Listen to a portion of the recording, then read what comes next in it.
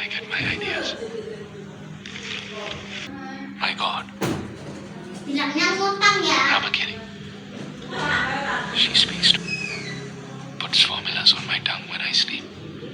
Sometimes when I pray. Do you believe me?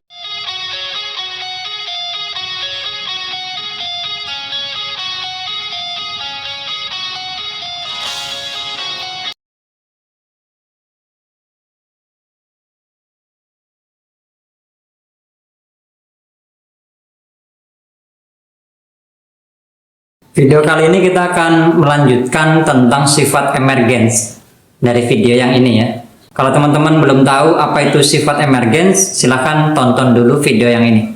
Dalam video ini saya coba buat menjelaskan, memformulasikan apa yang terjadi ketika misalnya antara sains bumi dengan sains langit, tanda kutip ya, yang baru-baru ini ditemukan, itu digabungkan. Apakah akan menghasilkan semacam divine code atau ayat-ayat suci? Kita langsung saja, apa itu sains bumi dan apa itu sains langit? Teman-teman bisa lihat tabel berikut ini. Sains bumi itu identik dengan reduksionisme atau melihat bangunan-bangunan atau blok-blok atau bagian-bagian terkecil. Fisika dengan riset tentang partikelnya itu sudah sampai ke blok atau bangunan atau bagian terkecilnya.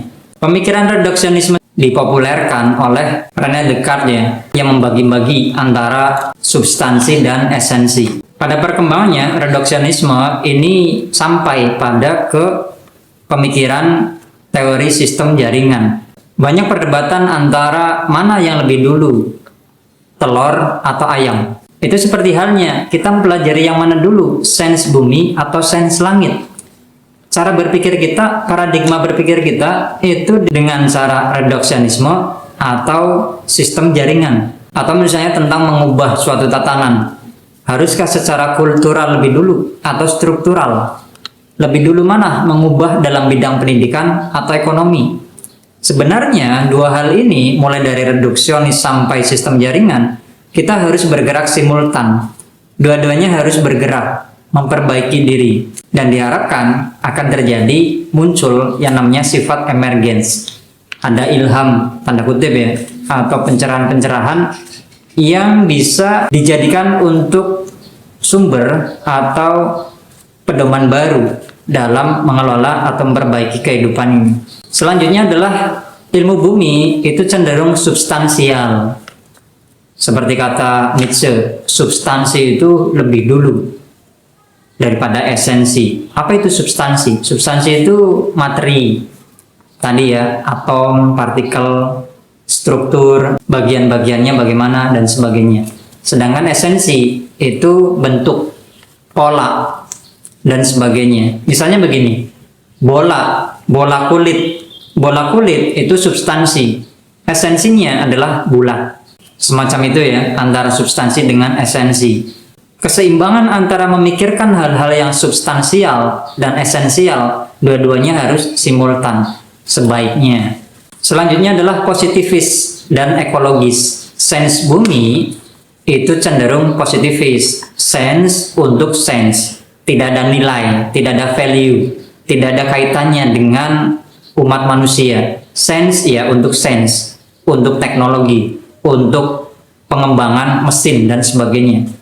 Seperti yang dikatakan oleh Galileo Galilei, tidak ada kualitas, tidak ada value dalam sains. Begitu juga yang dikatakan oleh Auguste Comte yang mengatakan bahwa peradaban itu dimulai dari tahayul, kemudian agama, dan terakhir adalah sains. Sains itu menjadi titik ujung tertinggi menurut Auguste Comte. Sebaliknya, dunia saat ini itu sudah mulai sadar ekologis bahwa kita boleh mengeksploitasi bumi saat ini, tapi jangan sampai mengurangi kesempatan atau peluang untuk generasi mendatang. Seperti halnya eksploitasi wanita, eksploitasi bumi itu diidentikan dengan eksploitasi wanita saat ini. Maka ada yang namanya ekofeminisme. Bagaimana caranya mengembalikan hak-hak wanita dan hak-hak bumi agar tidak terjadi ketimpangan, agar tidak terjadi musibah di masa depan nanti. dengan mengembalikan keseimbangan ekofeminisme ini terhadap perempuan dan terhadap bumi. Pemikiran antara positivis itu juga harus berkembang. Sains dalam hal research, penelitian itu harus terus berkembang. Dan sains yang dihubungkan dengan nilai-nilai ekologis, dengan nilai-nilai kehidupan masyarakat, itu juga harus dilaksanakan. Dua-duanya harus simultan. Selanjutnya adalah logika mekanik dan logika organik. Logika mekanik, teman-teman mungkin sudah belajar logika mekanik sejak dari SD mungkin, tentang matematika, tentang premis waktu SMA mungkin ya. Diajarkan tentang premis 1, premis 2, kemudian kesimpulan, tesis, dan sintesis. Sedangkan logika organik ini tentang memikirkan sebuah sistem yang lebih besar, yang lebih luas daripada logika mekanik yang biasa kita lakukan sehari-hari. Seperti yang saya contohkan di video yang ini, bahwa umumnya logika mekanik, ketika kita lapar, maka kita makan untuk mendapatkan kekuatan atau energi. Logika organik ada satu hukum, satu sistem agar kekuatan kita maksimal, optimal. Justru kita jangan makan, yaitu berpuasa. Hal-hal semacam ini yang harus diimbangkan, harus bergerak simultan. Ketika ada masalah-masalah yang tidak bisa dikerjakan, diselesaikan dengan logika mekanik, maka tidak ada salahnya kita menggunakan pendekatan logika organik. Seperti yang dikatakan oleh Immanuel Kant. Ketika sains dan metode ilmiah tidak memungkinkan untuk menyelesaikan persoalan kehidupan, maka tidak ada salahnya untuk menganggap bahwa semesta ini, alam, bumi, itu adalah entitas yang hidup, organik, dan mereka punya sistem sendiri yang bisa menyelesaikan masalah tersebut. Terakhir adalah linier dan eksponensial. Linier itu bertahap, satu tingkat demi satu tingkat, kemudian lempeng, lurus-lurus aja, itu namanya linier, segaris, seperti halnya logika mekanik tadi, dari 1 ke 2, kemudian ke angka 3, ke angka 4, dan sebagainya. Tapi eksponensial ini adalah lompatan. Bisa jadi secara epistemologis itu tidak ada definisinya, belum teridentifikasi, tapi secara aksiologis itu sudah bisa digunakan dalam kehidupan nyata. Contohnya apa? Ya yang kemarin viral, air yang didoakan. Itu secara epistemologis kan belum begitu masuk akal, belum begitu teridentifikasi. Tapi ada orang-orang yang terkena penyakit-penyakit tertentu, dengan air doa itu selesai. Dengan cara afirmasi, mengobati hal-hal secara psikologis, memperbaiki hormon, kemudian zat-zat kimia yang ada dalam tubuh, bukan dengan obat, dan ternyata itu bisa. Kita tidak berbicara tentang durasi ya.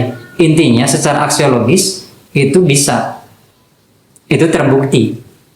Bisa mengobati atau menyembuhkan. Walaupun secara epistemologis, sekali lagi, itu belum teridentifikasi secara jelas. Itulah yang dinamakan dengan eksponensial, lompatan. Kita tidak hanya berpikir secara linier, logika mekanik, tapi kita juga berpikir secara eksponensial, lompatan. Hal-hal yang mungkin bisa dilakukan, kemudian kita coba untuk menyentuh itu. Seperti halnya logika organik yang saya jelaskan di video yang ini.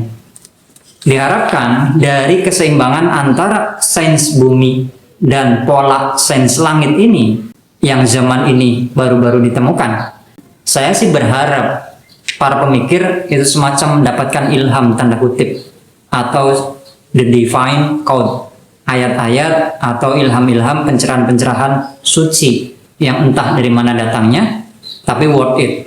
Bisa untuk menyelesaikan persoalan-persoalan yang kompleks, yang rumit di saat ini.